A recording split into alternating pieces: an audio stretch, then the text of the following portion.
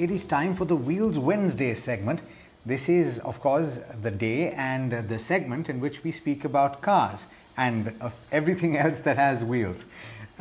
Joining me now to speak about the latest vehicles on the block that will roll down the roads in 2022 is Renuka Kirpalani, who is the executive editor of video content at Autocar India.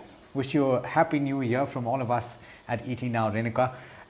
Quite a few exciting launches to look forward to. Let's start segment wise, I guess, and let's talk about hatchbacks first. What are you most excited about? A happy new year to all of you and to all the viewers as well, Alex, and thanks for having me as always.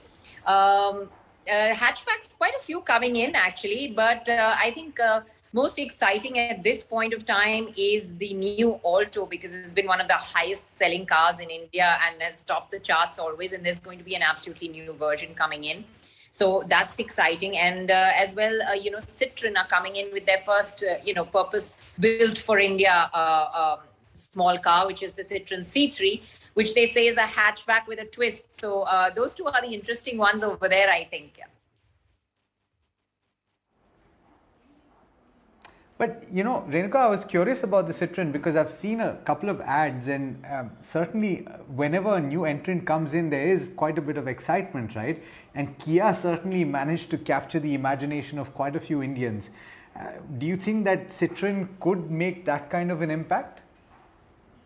Well, they'll have to be very careful. I think, in my personal opinion, they've kind of stumbled with the strategy a bit. I mean, it looks very SUV. Their entire, format when the designer spoke about it was to say, SUV, because they spoke about ramp over and brake over angles. And then, the CEO kind of comes on and says, no, it's a hatchback with a twist. And everybody knows the Indians love their SUVs. So if it does look like an SUV, you've done a lot to make it like one, then why not just go ahead and call it a, kind of mini SUV? I think they have to really get their strategy, pricing, and, they have to learn the Indian market well. So far, I think, their first product, we don't see many of them on the road. It was also way overpriced. So we'll have to do a wait and watch with Citron. I think a lot of understanding of the Indian market and strategy will come into play, and of course pricing that cuts above all kinds of barriers. There's also one mention, Renuka, about the Maruti Baleno facelift. Now, there were a few conversations a little while back about the safety of it, and of course we've also spoken on this program about the fact that it meets all Indian standards. But is the company taking that into account in the facelift that it's launching? So there's not a lot that one can do to change the platform of a car in a facelift. That's not going to happen. It's pretty much going to be the same. It's going to have some nips and tucks and tweaks and probably added features. And you will see the same in the Glanza as well. So you do know that the Baleno, rebadged Glanza. So they'll both get a facelift. And I don't think that there's much that's going to change on that safety level in this current facelift. Except for you would probably get a few additional safety features, which might change its rating and ranking, because, a lot of people don't really look into it. They think only about safety and platform, and they think that it's only about tin cans. But there's a lot that goes into the safety rating of a car. It has a lot to do with, the kind of seat belts you have, whether you have child isofix seats. So there's a lot of other things that go into the safety rating of a car. So it has to be very closely examined. It's not, one broad thing that you can just judge on. Categorization. Yeah. Yeah. Let's talk about sedans. I've been focusing too much, I think, on hatchbacks. They are close to my heart. But let's focus on sedans. What's interesting for you? Yeah, there's a list of sedans coming out. I think interesting would be the Honda City Hybrid. Again, they're putting their foot forward and going with hybrid, whilst, others have moved on to EV. So that's interesting to see. Hyundai Elantra will come in higher up the order, the Mercedes-Benz C-Class. And, for those who have loads of money to spend, the Maybach S-Class, which is, a really superb car. Again, we'll see, a rebadged Ciaz, which will come in as the Toyota Belta. An interesting one that's coming like right round the corner is the Skoda Slavia. I think that'll be a hot one to watch. It's a really great car. We've driven it under wraps. And I think, it has a lot of potential.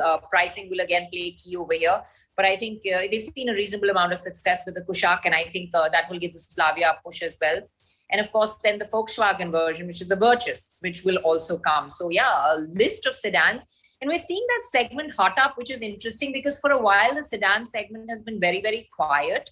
But Skoda, always a big sedan player. They've banked on sedans across their range. And I think, they're going to be the first ones to kick it off with the Slavia. Perhaps one of the reasons why sedans have kind of died down a little bit is because of SUVs, wouldn't you say, Renuka? So what's looking exciting there? Yes, SUVs were the favorite, are the favorite. I think are going to stay the favorite for a long while, especially like when, cities like ours are so dug up because of the infrastructure progress that's happening. It's not a bad thing, but still you need something tough and rugged to go over it all. So, SUVs, we have a lot. I think I'll go a little alphabetically on this one. Audi's coming in with their Q3 and the Q7, which has been, out for a while since BS6 kicked in. They're coming in with the petrol engine. It's been a big favorite luxury SUV, especially across Bollywood. So the facelift Q7 is coming in, and that's early this month as well. So two other interesting ones for those who like the rough and rugged is the Force Gurkha 5-door.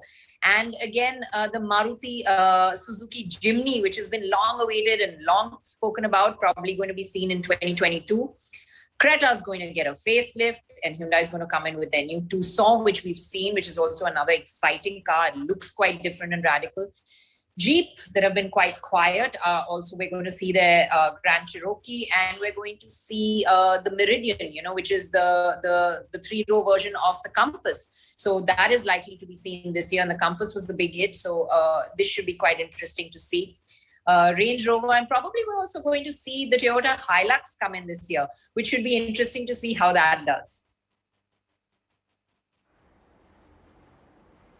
Interesting you say Grand Cherokee, because I remember it's been quite a few years since Jeep first said that it was going to bring this vehicle, and it's going to be interesting to watch.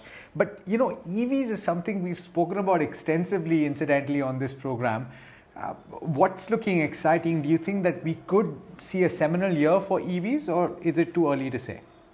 Yes. No, I think there are going to be quite a few EVs. But before we jump there, since we were on SUVs, we kind of missed the MPVs. And there's a big hot one coming up right around the corner, the Kia Carens. Carens, I've been told to pronounce it because it's car and renaissance. That's how the name came into being.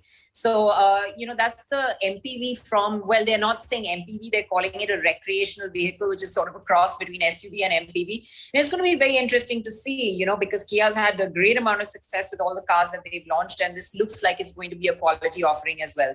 So that's another one coming up right around the corner. As far as EVs go, a lot of them in the high end of the range, because a lot of the high end manufacturers are bringing in EVs.